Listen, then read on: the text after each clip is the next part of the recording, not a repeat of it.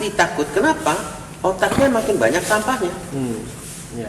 Ini yang saya katakan bahwa orang-orang itu dibelenggu oleh jalan pikirannya sendiri. Ya kan?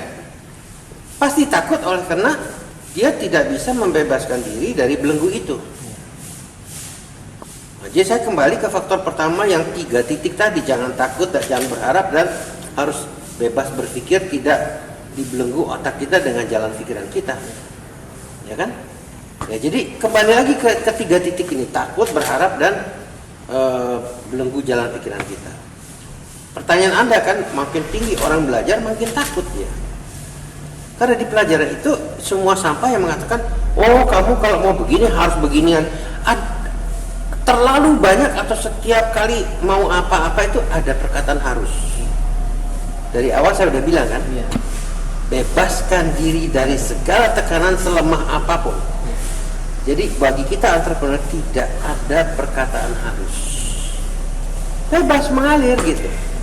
Kalau sudah masuk unsur harus begini, harus begini, harus begini, nggak jalan. Atau malah terbelenggu. Malah jadi terbelenggu karena kamu harus begitu. Padahal saya nggak bisa begitu. Ya udah nggak jalan kan. Nah, selain sesudah kita bebaskan dari itu, dari semua itu, yang terpenting dan paling penting untuk memulai, lupakan segala teori, lupakan segala apa macam, bertindak, artinya melangkah. Ya sudah, besok melangkah satu lagi, besok melangkah satu lagi. Kenapa kita nggak berani melangkah? Kalau orang-orang yang belajar ekonomi ada yang namanya skala ekonomis, ya. Kalau tidak sebesar itu ya buat apa usaha, ya kan? Untungnya cuma buat makan aja nggak cukup gitu ya. Wah itu namanya belenggunya masih masih bekerja itu, dia masih terbelenggu. Ya kembali lagi jangan takut, ya. Namanya satu langkah kok ya. Atau silahkan pilih mau 15 langkah tapi kaki patah-patah gitu, silahkan gitu, ya kan? Berarti di sini kalau ada kurikulum yang salah dalam perkuliahannya Pak ya, sekarang ada kuliah kewirausahaan gitu di setiap perguruan tinggi. Omong kosong yang namanya kuliah kewirausahaan, ada sekolah kewirausahaan, omong kosong semuanya. Untuk menjadi wirausaha begitu gampangnya sih, melangkahlah satu langkah. Nah, yang gampang itu banyak orang nggak percaya, ya terserah gitu.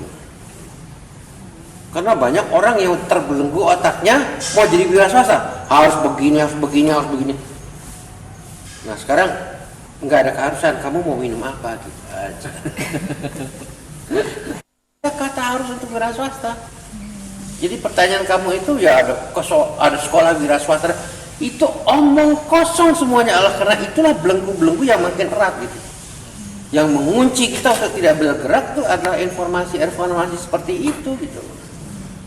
Jadi orang-orang yang mencoba menulis buku tentang wirausaha and keuangan, yang ya ini majalah ya harus cuma cuplikan dan wadah aja gitu. Jadi wirausaha ini tidak ada sekolahnya, yang ada tindakan. Orang sepintar kayak apapun, orang yang paling pintar nggak bakalan jadi wirausaha, malah cenderung orang yang pintar nggak akan jadi wirausaha gitu. Nggak akan. Orang wira swasta yang asli itu adalah orang-orang yang nggak pernah sekolah, yang goblok-goblok, yang bodoh-bodoh. Bener. Udah baca kan bukunya, mau kaya buat apa sekolah?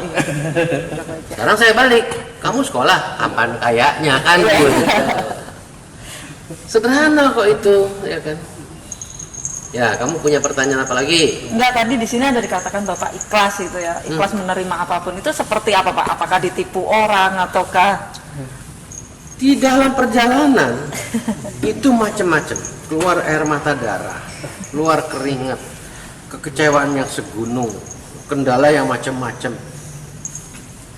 Itu adalah bagian integral dari kehidupan kita yang tidak bisa dilepaskan. Kenapa orang tidak mau menerima? Kenapa orang tidak ikhlas mau menerima kekecewaan, ya, air mata darah dan kenapa? Karena dia tidak eling. Eling apa? Di dunia ini semuanya serba seimbang. Ada hitam, ada putih. Ada salah, ada benar. Ada siang, ada malam. Jadi kalau Anda terima ini, ada juga sebelah sananya dong. Anda kan tidak tahu di balik kecewaan itu ada hikmah yang sangat besar. Itu nggak kelihatan. Jadi orang menghindar kesulitan, ya dia juga nggak dapat hikmah dong. Ini sebetulnya mudah saja, menerangkannya sangat mudah. Jadi yang nama kendala, yang nama kesulitan itu dipeluk, dibelai-belai gitu. Jangan ditolak, jangan dibuang. Itu bagian dari hidup yang kamu berdoa sama Yang Maha Kuasa dari malam sampai pagi, sampai malam sampai pagi lagi untuk terhindar dari kendala. Nggak bisa, itu memang bagian dari kamu kok. Dia akan tetap memberikan. Kenapa? Karena di balik itu ada hikmah. Pak Bob, kalau pada titik tertentu seseorang punya modal, usaha gagal, habis modalnya, entek sampai mentok-mentok. Karena orang bangkrut. ini menerjemahkan modal hanya dengan materi. Ada meja tulis, ada pena, ada pacul, ya, ada traktor, ya. Itu semua benda-benda yang bisa dilihat, yang bisa diraba, ya. Lah, modal yang Anda harus punyai, ya modal yang saya berikan tadi, yang 5 tadi.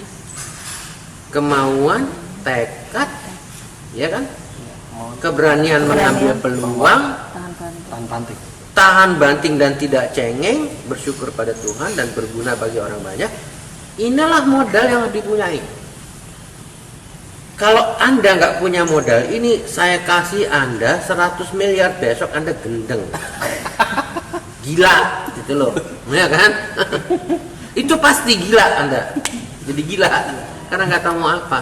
Jadi sebetulnya kok menerjemahkan modal itu selalu kita mulai dengan modal yang bahasa Inggrisnya intangible. Intangible itu tidak kelihatan. Nah tadi meja tulis, pena, pacul, traktor itu semua tangible, yang bisa dihitung, yang bisa diraba, yang bisa dilihat, itu tangible. Artinya apa semua itu? Uang. Uang bukan yang pertama dan juga bukan yang terpenting. Jadi Anda katakan tadi ada orang melorot, ya kan?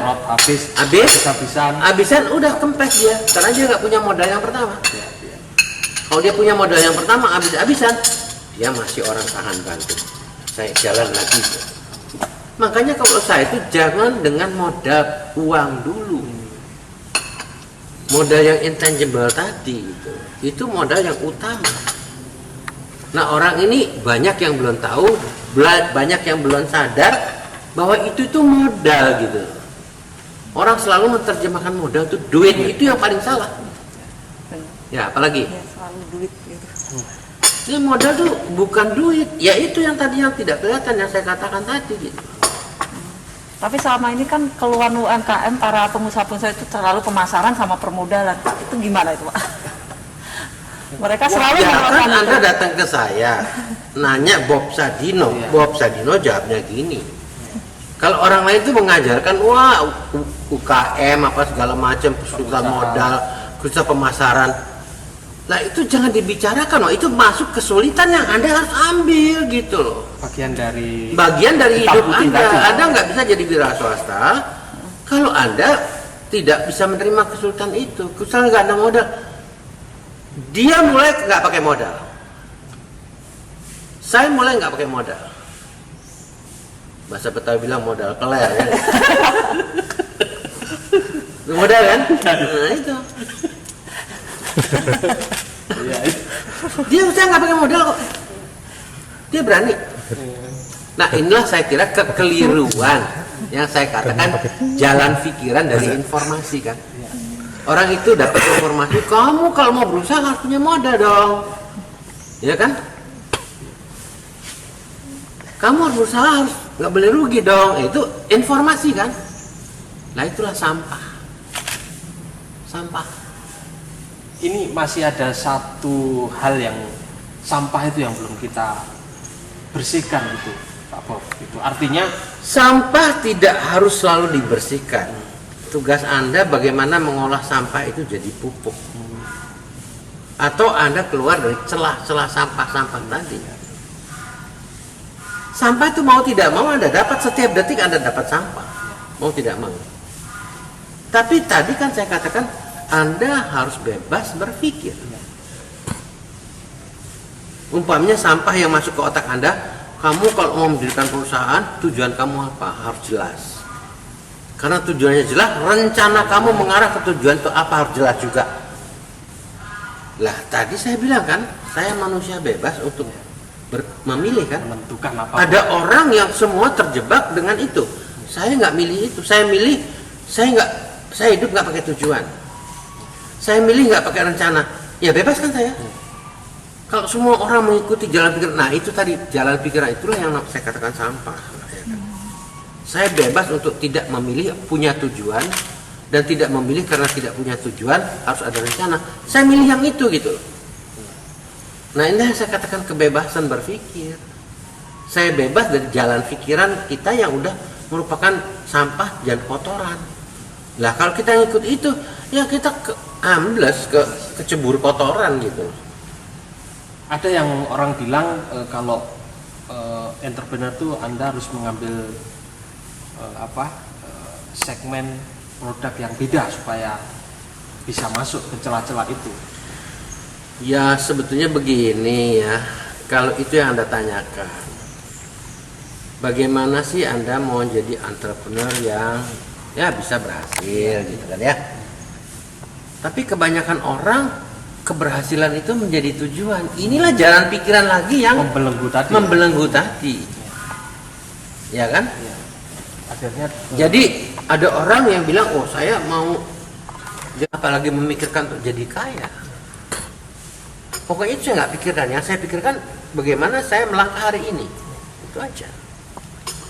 Jadi pertanyaan tadi Anda apa? Jadi banyak sekarang seminar-seminar itu. Salah satu tipsnya mungkin salah satunya tadi ada juga yang menyarankan misalnya Anda harus berani juga, tapi Anda harus mengambil segmen. Ya yang begini ya, artinya segmen itu saya waktu mulai saya nggak milih-milih, apa ada di depan mata saya aja ya. Dan sebetulnya kalau betul-betul mau seperti apa yang katakan tadi harus memilih ya. Sebetulnya ada beberapa jalan. Saya nggak pakai gula ya. Begini, sebetulnya saya ingin menerangkan bahwa segmen apapun pada waktu apapun, apakah waktu dulu dan waktu sekarang dan waktu yang akan datang bisa Anda tembus. Anda pertama, jadilah Anda orang pertama. Ya kan? Nampaknya Bob Sadino adalah orang pertama kali memperkenalkan telur dan ayam untuk bangsa ini dan negeri ini, ya kan? Ya nanti diikuti orang, setelah diikuti orang ya Anda terserah mau ikut terus atau orang pertama lagi. Bob Sadino juga adalah orang pertama yang melaksanakan yang namanya memproses daging olah. Jadi sosis, daging asap, corned beef dan lain-lain. Saat itu ya kan? Produk seperti itu belum asing. Belum ada. Sangat asing. Jadi yang pertama kan. Ya mungkin tidak semua orang ya bisa jadi yang pertama karena sulit sekali. Ya kan menjadi pertama. Oke. Kalau Anda tidak bisa jadi orang pertama, jadilah yang terbaik. Yang kedua ini ya, yang pertama tadi orang pertama jadi yang pertama, yang kedua yang terbaik. Umpamanya Anda udah begitu banyak majalah, tapi kok Anda mau masuk ke perusahaan majalah lagi? Karena Anda bertekad saya mau jadikan majalah saya terbaik di antara orang-orang itu, maka Anda akan jadi unggul, ya dibandingkan orang-orang lain tadi yang terbaik. Jadi pertama Anda pertama, jadi yang pertama, jadi yang terbaik. Lah kalau ini juga sulit kan menjadi terbaik di antara begitu banyak.